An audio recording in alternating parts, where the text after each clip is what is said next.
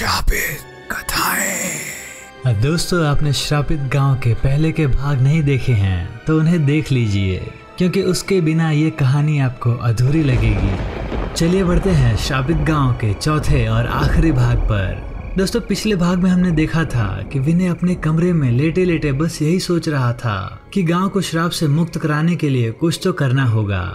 फिर अगले दिन विनय सुरेश और सकीना के बताए अनुसार समोसे लेकर शाम को 7 बजे सुरेश के घर जाता है और उस कमरे में समोसे रख कर आ जाता है। लगातार ऐसा कई दिनों तक चलता है और गांव में सब कुछ ठीक था। साथ ही साथ विनय इस प्रयास में भी था कि वो गांव को श्राप से मुक्त करा सके। सब कुछ सही चल ही रहा था। तभी एक दिन विनय शाम को 7 बजे समोसे लेकर सुरेश के घर पर जाता है। समोसे वहां पर रख कर वापस आ ही रहा था, तभी उसे खबर मिलती है कि विनय के घर के पास में ही एक ताऊ जी रहा करते थे और आज उनकी मौत हो गई है। मौत का कारण वही, बिल्कुल उसी अंदाज में ताऊ जी की भी मौत हुई है। जैसे ही विनय ने बात सुनी तो उसे अब अपने आप पर बहुत गुस्सा आ रहा था, क्योंकि वो रोज उसको समोसे लेकर जा रहा था, फिर भी वो गांव में किसी न किसी की जान ले रहा है। और अब उस ताऊ जी का अंतिम संस्कार करने के लिए सब लोग जा रहे थे और अब तो गांव के लोगों को इसकी आदत पड़ चुकी थी, क्योंकि हर 10-15 दिन में किसी न किसी की जान जा रही थी। आज अंतिम संस्कार में विनय भी शामिल था और रात हुई और विनय समोसे लेकर फिर गया, लेकिन समोसे रखते ही विनय जोर जोर से चिल्लाने लगा, अब तो मैं रोज समोसे लेकर आ ही रहा हूँ, तो भी तुम लोगों की जान क्यों ले रहे हो? अब तो छोड़ दो सबको। विनय का इतना ही कहना था कि विनय के सामने तुरंत सुरेश और सकीना आ गए। अपनी जली भुनी झुलसी हुई हालत में दोनों आकर विनय के सामने खड़े हुए और एक साथ अपनी डरावनी आवाज में बोलने लगे, तुमको अपनी जान प्यारी है या सबके? तुम भी तभी तक जिंदा हो जब तक समोसे लेकर आ रहे हो। मरना तो सबको है, सबका नंबर आएगा बारी बारी से। इतना बोलकर वो दोनों तुरंत विनय की आंखों से ओझल हो गए। विनय करता भी तो क्या करता, रोता और अपने आप को कोसते हुए वापस आ गया। लेकिन विनय ने सोच लिया था अब शांत तो बैठना नहीं है, हार नहीं मानूंगा चाहे कुछ भी हो जाए। इसलिए विनय इन चीज़ों के बारे में अब हर जगह पढ़ने लगा। इंटरनेट पर तरह तरह की जानकारी जुटा रहा था कि कैसे छुटकारा मिल सकता है ऐसे श्राप से। और विनय एक दिन सुबह जल्दी उठा और अपने गांव से दूसरे गांव में गया। विनय को पता चला था कि यहाँ कोई एक तांत्रिक बाबा रहते हैं जो थोड़ा भूत प्रेत के बारे में जानकारी रखते हैं। विनय की इतनी सारी खोज के बाद तो ये पता चल चुका था कि अगर श्राप से मुक्त कराना है गांव को, तो सुरेश और सकीना को पहले मुक्ति दिलानी होगी। इसलिए उस गांव में जाते ही विनय ने एक जाने पहचाने बाबा को ढूंढ लिया। इन बाबा का नाम लोगों में बहुत सुना हुआ था।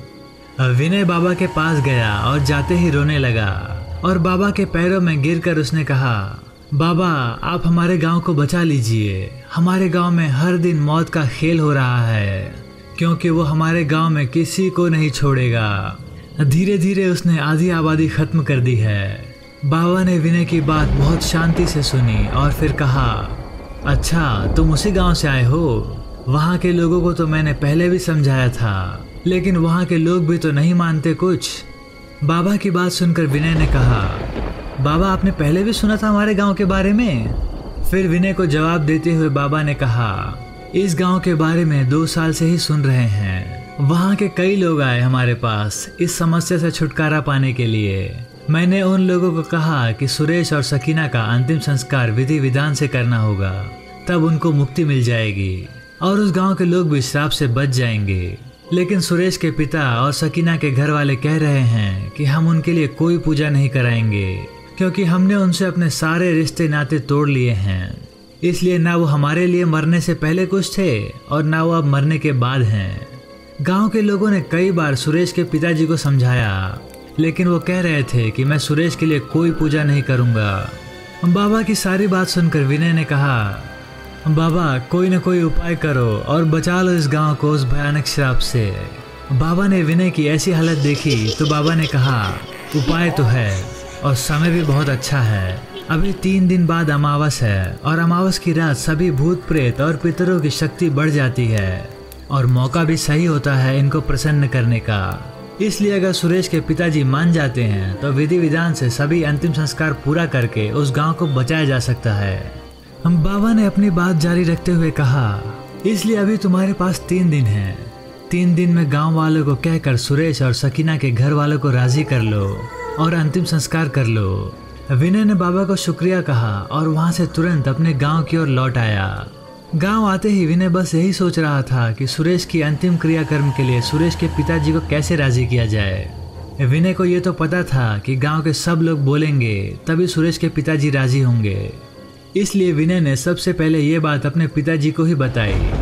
विनय ने सारी घटना उनको बताई और कहा, मैंने एक तांत्रिक बाबा से भी बात करी है। उन्होंने बताया कि 3 दिन बाद अमावस की रात है, ये बहुत सही समय है।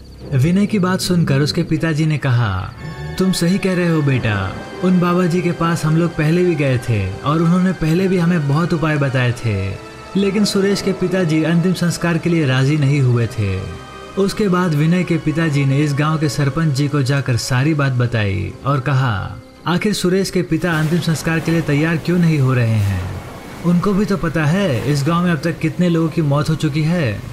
विनय भी वहीं था। अपने पिताजी की बात खत्म होते ही विनय ने कहा, सरपंच जी, सुरेश के पिता लगता है कि जानबूझकर ही अंतिम संस्कार नहीं करना चाहते हैं, जानबूझकर इस गांव के लोगों को मरवाना चाहते हैं। अगले दिन गांव के सरपंच ने गांव के सभी लोगों को बुलाया। सुरेश के पिता और सकीना के परिवार के लोग भी वहां आए।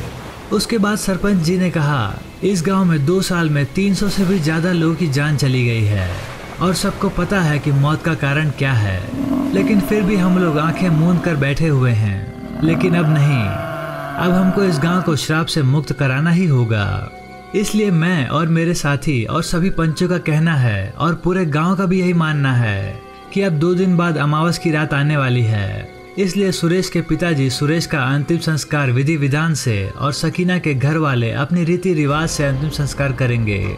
यही हमारा फैसला है और इसको सबको मानना पड़ेगा। सरपंच की बात सुनकर गांव के सभी लोग खुश थे और सब लोगों ने कहा, हाँ सही बात है, ये फैसला मानना ही पड़ेगा।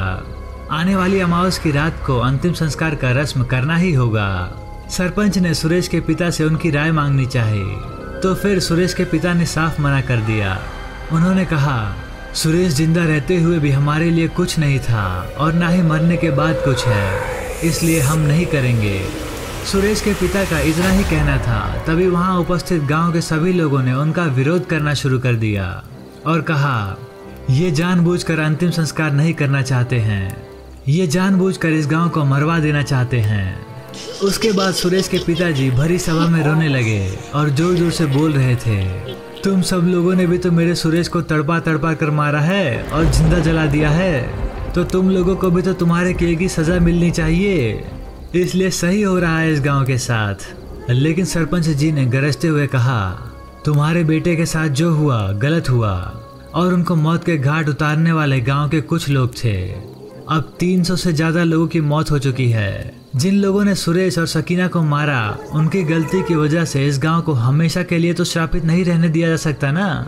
इसलिए यह पंचों का फैसला है और तुमको इसको किसी भी हालत में मानना पड़ेगा। 2 दिन बाद अमावस की रात है और तुमको सुरेश का अंतिम संस्कार करवाना ही होगा।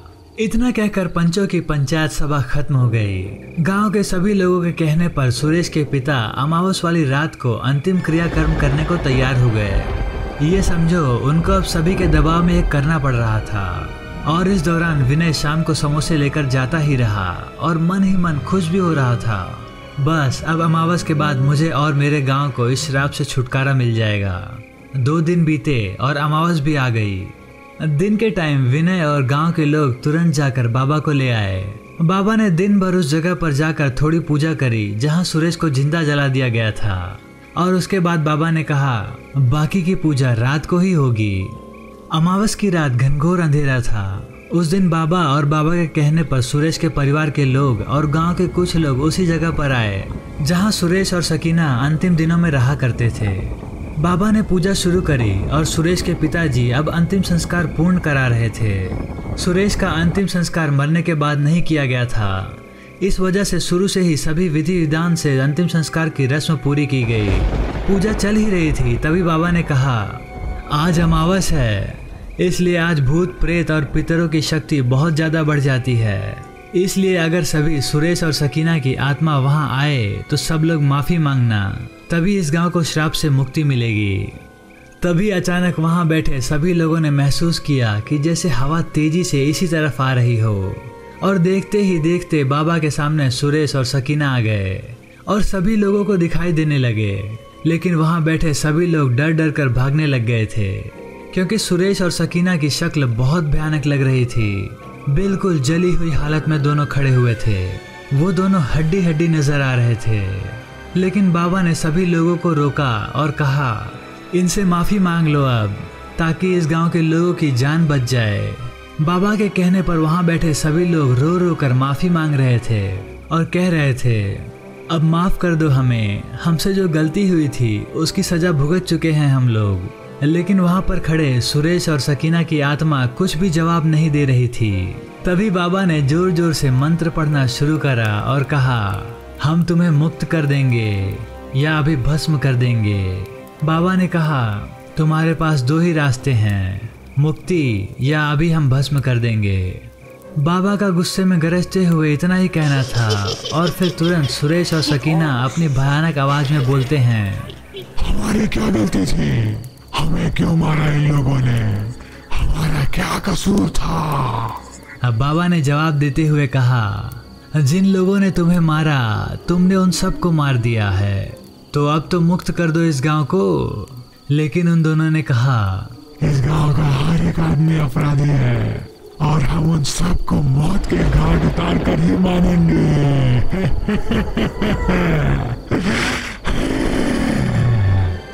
बाबा ने फिर कहा, अभी तुम्हारे पिताजी और तुम्हारे परिवार के लोगों ने तुम्हारी मुक्ति के लिए अंतिम संस्कार पूर्ण कर दिया है और तुम मुक्त हो सकते हो, लेकिन मैं तुम्हें अभी भस्म कर दूंगा। बाबा ने सुरेश को मानो एक छड़ी से ही पकड़ लिया और कहा, मैं अभी इसी अग्नि में तुम्हें डाल दूंगा।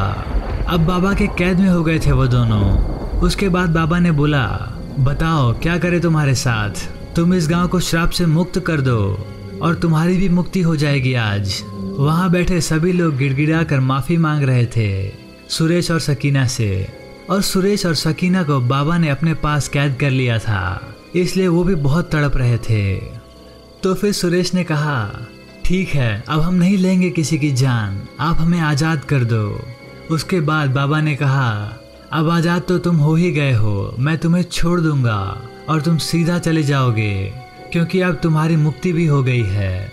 फिर बाबा ने तुरंत दोनों को आज़ाद कर दिया और गांव वालों के सामने ही सुरेश और सकीना दोनों की आत्मा अदृश्य हो गई। फिर बाबा ने कहा, अब कभी नहीं दिखाई देंगे, वो बस उन लोगों का अंतिम संस्कार नहीं हुआ था, अब सभी क्रियाकर्म पूरे हो चुके हैं, इसलिए उन्हें मुक्ति मिल गई है और आज से ये गांव भी श्राप मुक्त हो गया है।